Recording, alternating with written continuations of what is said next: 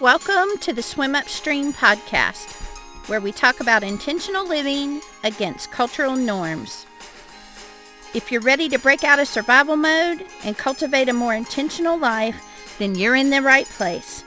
Find your courage to live differently and swim upstream. Let's get started.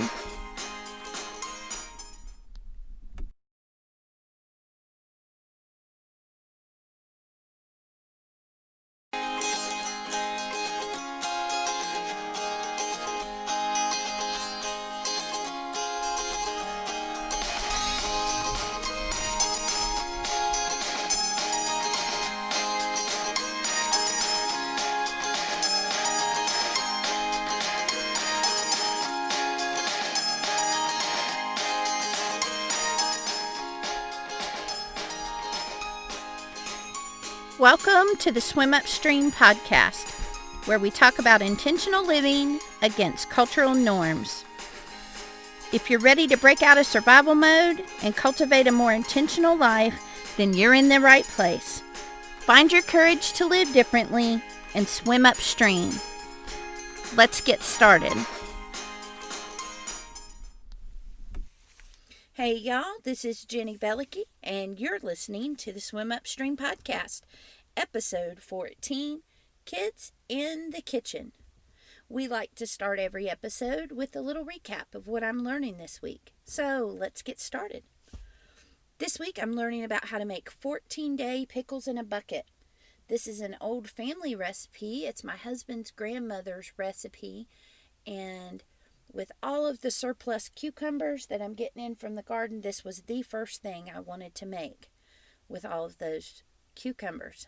So we are on day 4 with that, so I will give you an update next week to let you know how that process is going. I've also been making lots and lots of pickled red onions for the first time, and they are delicious. I bought several more bags of red onions yesterday.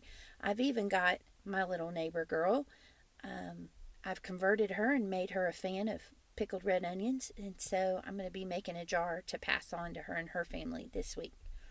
And last but not least, yesterday we added 4 girls to our flock of chickens. We now have 4 chickens that are a mix between Easter Egger and black copper Marans. They're beautiful little black and gray birds with little black feather feet. You can find pictures of them on my Instagram at swim.upstream or on Facebook at Jenny Velicky. Let's get on with today's episode. So today we are on episode 14, and it is the last in our series on the intentional kitchen. And this week I want to talk about kids in the kitchen, but I want to go beyond just cute food and chicken nuggets. And I want to make an important qualifier at the beginning of this episode. Kids in the kitchen really is focusing on teaching your kids about how to be helpers in the kitchen, how to be able to master different recipes and be good helpers, and just to really be prepared when they're in the kitchen. When they go out into the adult world, are they prepared to manage a kitchen and to just really be proficient there? But it's not just for kids. This could apply to your grandkids, to your niece and your nephews, or maybe it applies to you. Maybe along the way you were never really taught how to be in the kitchen. You were never really taught how to cook well. Maybe you're someone who defines themselves as a poor cook or a bad baker, or someone who doesn't really enjoy the kitchen, and maybe you don't enjoy it because you're not very proficient at things. So I hope that today's episode will give you a fresh perspective on being in the kitchen. And we'll be focusing a lot on being in the kitchen with your kids, but really for anybody, grandparents, aunts, single people, this episode applies to you as well, because there's a lot of things in here that you can take from this and improve your own experience in the kitchen. And then grab a kid and do it with them too. So let's get started and let's use our tools. When we are looking at anything for the first time, and we are going through the process of stopping and thinking so that we can swim upstream, the first thing we need to ask ourselves is why. Why are we doing what we're doing? So, think back on your experiences in the kitchen. Why do you cook? Who are you cooking for? Who would you like to invite in to help you? And for the purposes of this podcast, we're going to assume that you have a child that you would like to include in your cooking. So, why would you want to include children in your cooking? First of all, I think it's important for kids to be given the life skill of being proficient in the kitchen. Girls will eventually be managers of their own homes. Men need to know how to feed themselves. They need to know how to impress a girl with a home-cooked meal. They say that the way to a man's stomach is to a man's heart is through his stomach. It works the same way with girls, honestly. And a man who can cook a meal for a girlfriend or for a wife that's sick or has just had a baby, just that is a really, really valuable skill. So don't limit the things that we're going to talk about to just the girls in your family. And that's why I specifically say kids in the kitchen and not just girls. There are a lot of really good male chefs. There are a lot of really good men out there who really are excellent in the kitchen. Honestly, in our family, my husband has a lot more skill in the kitchen than I do. He actually did some chef's training and was working towards a culinary degree before swapping over to automotive technician and going the automotive route. So even though he has a lot of skills in the kitchen, most of the work of cooking and preparing food primarily falls to me because I'm home with our kids. But men are also excellent cooks when they've been given the tools to be proficient. So guys and girls need help in the kitchen. And there's a lot of things that they can learn that are really good life skills. We'll get into more of that later in the episode, but this really points even further to next week's episode on homeschooling, where we're going to talk more about life skills. Being proficient in the kitchen teaches you a host of different things. There's just a multitude of things to learn there that apply in a lot of different ways and help you in a lot of different circumstances. And that really is a big focus in our homeschooling, is to have our kids be prepared for life and not just for academics. So that'll be what we'll be talking about next week. But for this week, let's just add to our list of whys life skills. Our number 2 list of whys, kids eat what they cook. You can expand their palate and encourage adventurous eating by inviting them into the process of cooking it. My daughter Amber, for her entire life, has told me that she's not a fan of banana bread. And over through the years, I've made my husband's great aunt Judy's banana bread recipe, and she has politely declined over and over again to eat banana bread. She started a cooking course this school year, and in that there was a little packet of recipes that had pictures and things like that. I'll talk about those later, but she had a recipe in there for banana bread, and she made that recipe on her own, and she tried it, and she decided that she loves banana bread as long as it's that recipe. There's still a great debate in our house whether her recipe or mine is a better recipe. She prefers hers, and that's just fine with me because she's learned to like a new food. You're much more likely to get a child to eat something that they've been involved in helping to cook. So we want to give them life skills. We want them to eat what they cook. And number 3, we want them to serve others and bless others. Giving them the life skill of knowing how to make something in the kitchen gives them the ability to bless someone when they're sick, when they've had a baby, when they've had surgery, when there's been a death in the family, when somebody moves. There's multiple times when a meal is such a blessing to someone.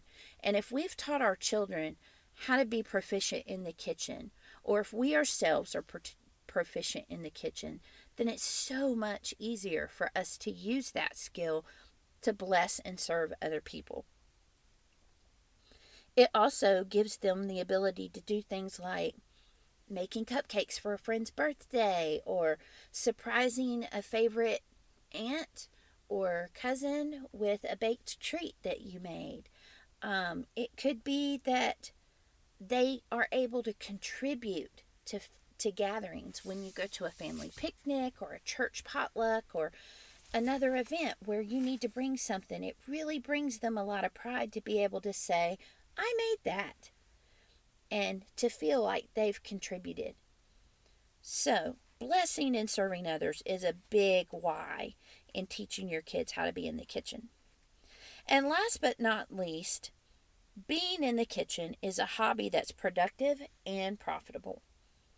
It's something that keeps their mind and hands busy, so it gives them an alternative to being in front of screens, whether that screen is an electronic device or a phone or the TV. It gives them something productive to do, and it gives them something at the end that's not going to add a bunch of clutter to your house, because you eat it and then it's gone. So on top of that, they can also use their talent and their productivity to also be profitable. For example, my daughter Gracie has been on several mission trips to Mexico with our family, and each time she has gone, she has taken orders for pound cake and banana bread, two things that I teach every one of my girls to make, and my son. And every year she has been able to contribute a significant amount, over half of the money that she needs for her mission trip, by baking pound cake and banana bread and selling those to friends and neighbors and people at church.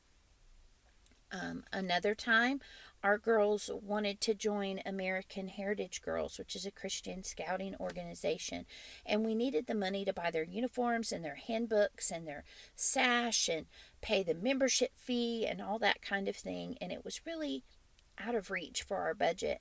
And so my girls decided to make banana bread and pound cake. They sold several, and they were able to cover a large portion of the fees for all of those things. So teaching them to be productive and teaching them to do things that help them to be profitable is really so much a good use of their time compared to screens and electronic devices and things like that. So any kind of hobby that my girls or my son have that makes them productive and possibly even profitable is something that we really encourage in them. And they each have their own interests and things that they do in that regard. So now that we have figured out what our why is, now we need to do our research, right? Now's the opportunity to learn. And again, this points back to our philosophy with homeschooling. Everything is an opportunity to learn if you can look for the learning that's there. And you can take advantage of the opportunity to teach them something new. So, what kinds of things can they learn and can you research about to help them learn when you've got kids in the kitchen? First of all, there are a ton of resources out there, so there will be no shortage of information for you on Pinterest, on YouTube. There tend to be different groups. Our children, two of my girls, Georgia and Amber, are in a cooking club through 4-H, where they've learned knife skills and working together as a team and food safety, and have really created some really amazing food in their cooking skills class. And then they're also in a gardening club where they're learning how to grow the food before they cook it. So what kinds of things can you learn and teach your kids about when it comes to kids in the kitchen? First of all, you can learn about nutrition and food labels. Teach them how to read the label and know what's in the food they're eating.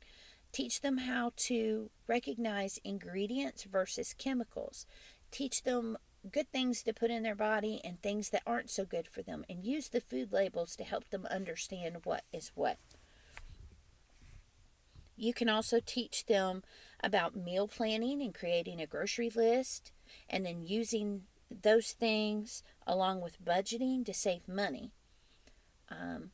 It's really eye-opening to them to see how much we spend at the grocery store, to understand how much a meal costs, especially when you're able to break down things like, what does this pre-made convenience pizza cost versus what does it cost us to make it at home?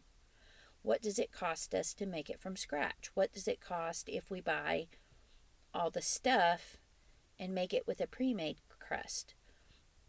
Or if we order takeout versus buying one from the grocery store. Those kinds of things. There's lots of learning opportunities for unit pricing and buying in bulk versus buying individual. There's so much there that you can teach them about planning balanced meals, making the most of what you already have in your pantry, things like that, that really are a huge learning opportunity. Also, when you're doing all this, you can learn some math. You can talk about using measurements. You can learn how to half or double or triple or quadruple a recipe. You can learn about how many teaspoons are in a tablespoon. You can learn about pints and quarts and gallons. You can learn metric measurements. A lot of really high bakers will bake according to weight rather than according to measure. And that's another skill that you can learn along with them or teach them if you already have that skill. So lots of opportunities to do math in the kitchen. And the great thing about it is they're learning it in real life application. So they understand why they need to know it. Also, chemistry. My daughter Gracie, I've mentioned before, is taking a chemistry course this year and into this next school year that studies chemistry and food. And it helps her understand chemically what's happening with sugars, with yeast, with eggs, leavening agents, how different sugars affect what you're baking, different oils and fats, and why you would or wouldn't use them. There's all kinds of things that you can learn about chemistry through cooking. There's also party and event planning, being prepared for spontaneous company and hosting company. It's really, really good to understand how to plan food for a crowd and how to do that on a budget. It's also really, really good to know how to spontaneously make either a little bit of party food or a simple meal to serve a surprise guest. Or maybe you just want to celebrate something in the family spontaneously, or you have a friend come over and you just want to make it fun. Being able to go in your pantry and know what to pull out and how to make it look and feel like a party. Being able to plan out a menu for a baby shower or a bridal shower or a birthday party. The skill of knowing what kinds of food to serve to what kinds of guests, how to plan a menu, those kinds of things are really important when it comes to being in the kitchen. And then last but not least, there are a lot of safety and other skills that we can teach our kids when we're in the kitchen. We can teach them how to deal with fire, both how to use fire safely and how to put out fire if it starts.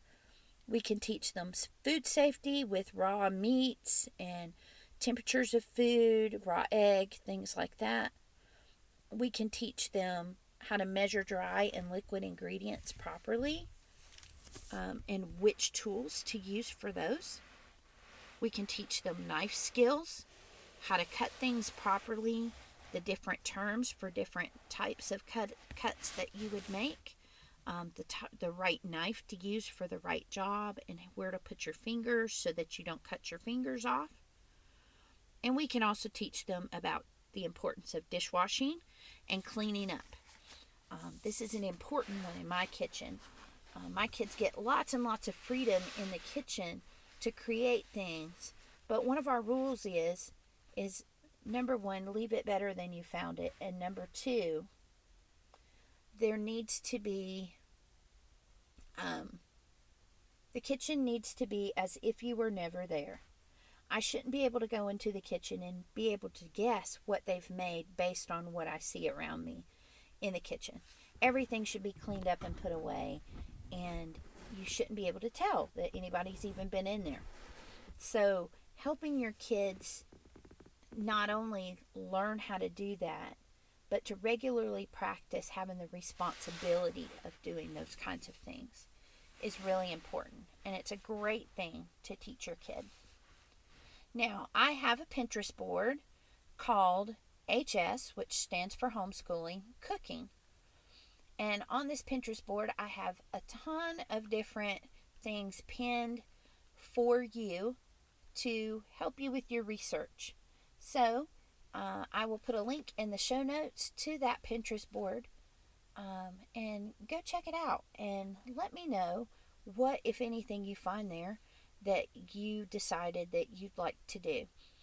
And again, I will encourage you, even as a single person, or as someone who has grandkids or niece or nephew, or maybe you're just a college student and you're just starting out and you need to learn. These are things that would be helpful for you as well. These are not kid-specific things. Most of them are things that anyone who wants to learn to cook and be proficient in the kitchen would benefit from.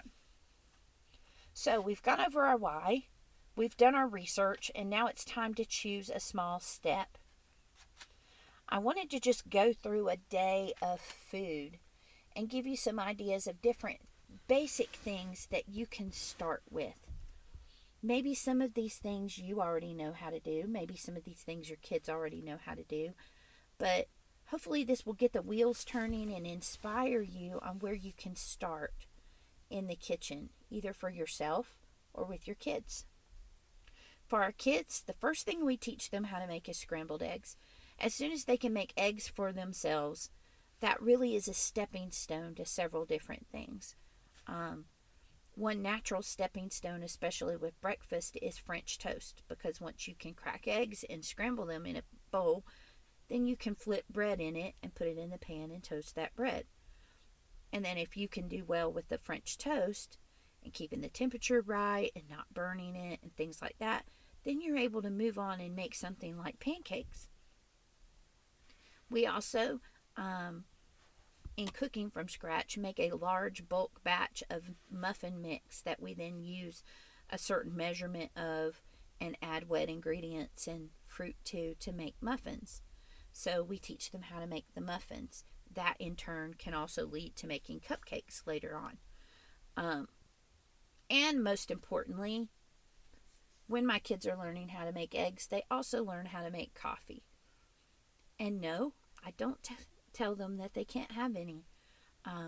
All of my kids, except for Amber, because she doesn't like it, love a cup of coffee in the morning. We do it primarily because the caffeine helps to stimulate their brain in the same way that ADD medication works, and it really helps them to focus and get started in the morning. They only get 1 cup a day, and honestly, my girls use more milk than coffee. But all of them enjoy a cup of coffee, and so all of them have learned how to make coffee. Matter of fact, Amber knows how to make coffee even though she doesn't drink it, and she made me a pot this morning. Amber drinks hot tea, so that's something else that we teach them, is how to brew a proper cup of tea. All of us enjoy it in the afternoon at one time or another, but Amber likes her tea in the morning. So then we move into lunchtime. Lunchtime, you can teach them how to make a simple quesadilla with a tortilla and some cheese. maybe add in a few veggies, maybe put some pepperoni in it, and then dip it in marinara sauce. Something simple that they can do, especially if they've mastered eggs or French toast. A quesadilla is a really simple thing that they can make for themselves for lunch. They can also do simple heat and eat things from the oven, things like fish sticks or chicken tenders or pizza rolls or things like that. We tend to put quite a limit on those. They're a treat at our house. But when we do have them on occasion, they know how to do it. And then also we teach them how to make a salad. We try to keep pre-cut veggies on hand so that it's an easier thing to do. But if not, we've taught them how to do food prep. And so each one of my kids knows how to cut up different vegetables and fruits and how to store them in a way that they'll last for a little while until we're able to use them.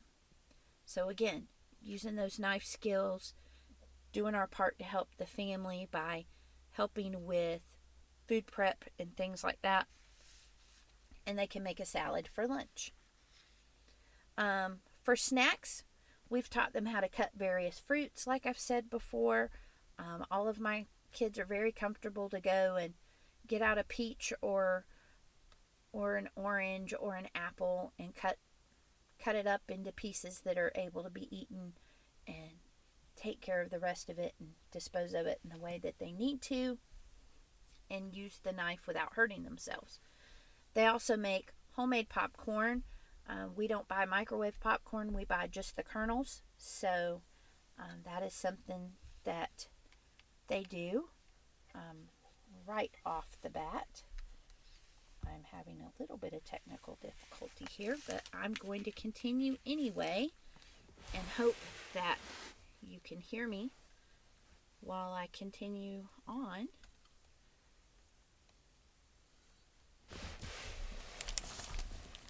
The next thing that we learn how to make is ramen noodles. Ramen noodles are really, really easy to make because all you have to do is put the noodles in a pot and then you drain it and add the seasoning. So it's very easy for them to do, and it's a basic meal. Once they've done that, then they're able to do something more like spaghetti and garlic bread. They actually made spaghetti and garlic bread for my husband and I probably about a month or so ago for an outside date night during shutdown with the coronavirus.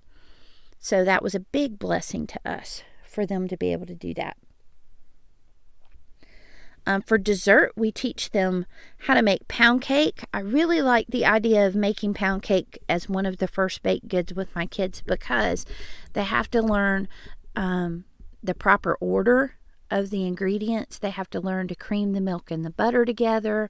The butter and the sugar together, and then to add the wet ingredients, the dry ingredients, and just the whole process of that is fundamental to learning how to do other cakes and things like that. And then Amber has recently mastered brownies from scratch. And we have an Amish baking cookbook that we use for a lot of different recipes, and she learned how to make the brownies from that recipe. Also, as I mentioned before, you can go beyond just the basic meals and teach them things like food prep, fermenting things. My kids have learned how to make kombucha. They've watched me make kraut. They know a little bit about how to do the pickles and the pickled onions. They're watching me do that. I'm talking to them about it as I'm doing it. And then they're learning a little bit about canning and preserving food. They're learning what the basic process is. They're learning different alternative ways to preserve food, whether it's freezing it or drying it or canning it or cooking it and eating it right away. So they're learning lots and lots there too. The big thing is giving your kids freedom and encouragement to try new recipes. Have they ever wanted to make XYZ? Find them a good, basic, beginner recipe for it and let them go for it. If it's a multiple step, complicated recipe, do everything you can to find the resources to help them be successful. Let them watch YouTube videos of people making it. Look for it in various forms in recipes online and find one that you think would work. Read through it with them, help them set out all their ingredients, really set them up for success. So, encourage them to do the fun recipes, the let's try this and see how it happens kind of recipe, but also really encourage them to learn different things to mastery. Like I said, Amber just learned how to make brownies from scratch, and this is a recipe that we focused on getting to mastery. Now she's doing banana bread to mastery, and basically that means that they're able to make the recipe from start to finish completely independently, and it turns out exactly the way it's supposed to, so that they learn from the mistakes that they make ahead of that. First of all, this improves their skill. Second of all, this teaches them to learn from failure. So, we want to make sure that we're showing positive ways to deal with failure. We don't want to fake success and say, oh, this is the best banana bread I've ever had, if it's all gooey in the middle. We want to help them troubleshoot and figure out why it was gooey in the middle and help them figure out what they can do next time. You can do that by asking leading questions, by saying, have you thought about this? Did you remember to do that? And then praising them for the effort that they put into it this time. We want to make sure that they know that it is absolutely okay to make mistakes. We need to let them know that it's expected that you're not going to be good at something right off the bat. You may need to try and fail several times before you get it right. But in the end, they learn perseverance and they master the recipe. So, on top of having the freedom and encouragement to try new recipes, really emphasize at least one recipe at a time, and I really recommend that you limit it to one that they're learning to mastery. Example is a powerful teacher. So, if you want your kids to enjoy being in the kitchen, examine the way you're in the kitchen. Be aware of your current attitudes about cooking. Are you excited to get in and create something to eat, or is it drudgery? You can't get kids excited about being in the kitchen if they know you hate to cook. So examine where you are with that. Where could you improve? And also, you're going to teach them how to be excited about cooking by the way you present things. Look at this new food I bought to try. This past week, we got jicama in the Misfits Market box delivery. My kids have never had jicama. I've had it one time at a restaurant, but I was really excited to get jicama so that I can try it in a new recipe. You can also say something like, I made this for the first time, and when I made it, I realized that I did this, and next time I know to do that, so it'll turn out better. If they see that you make mistakes when you cook, and that you're figuring out the mistakes that you made and you're learning from them, it will make their learning even better when they are cooking themselves. So, know your why, do your research, choose a small step, and last but not least, do it and don't compare. We are not aiming for Pinterest perfect recipes here. Your kids' cakes are not going to look like Cake Boss. We're going to celebrate every attempt. We're going to give them heaps of encouragement, and we're going to show them how to fail with grace. We're going to show them how to learn from those failures so that they can become proficient and even masters in the kitchen. So this week, get in the kitchen with your kids and make something. Then take a picture and tag me on Instagram or Facebook. On Instagram, you can tag me at swim.upstream. And on Facebook, you can tag me at Jenny Velicky. So, tag me in your pictures and let me see what you and your kids create in the kitchen. Tune in next week and we'll talk about homeschooling, how we swim upstream as we educate our kids at home. Until next time, this is Jenny Velicky, and you've been listening to Swim Upstream.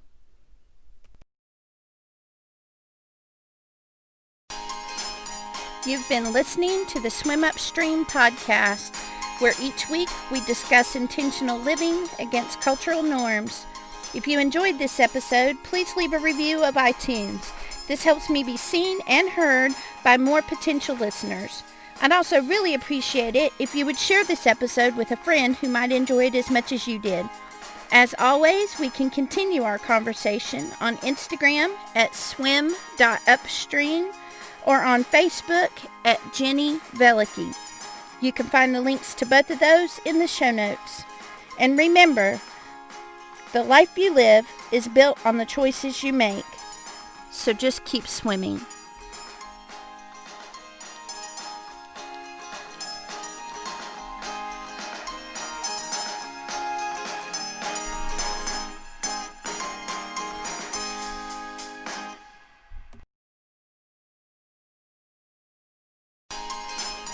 You've been listening to the Swim Upstream podcast, where each week we discuss intentional living against cultural norms. If you enjoyed this episode, please leave a review of iTunes.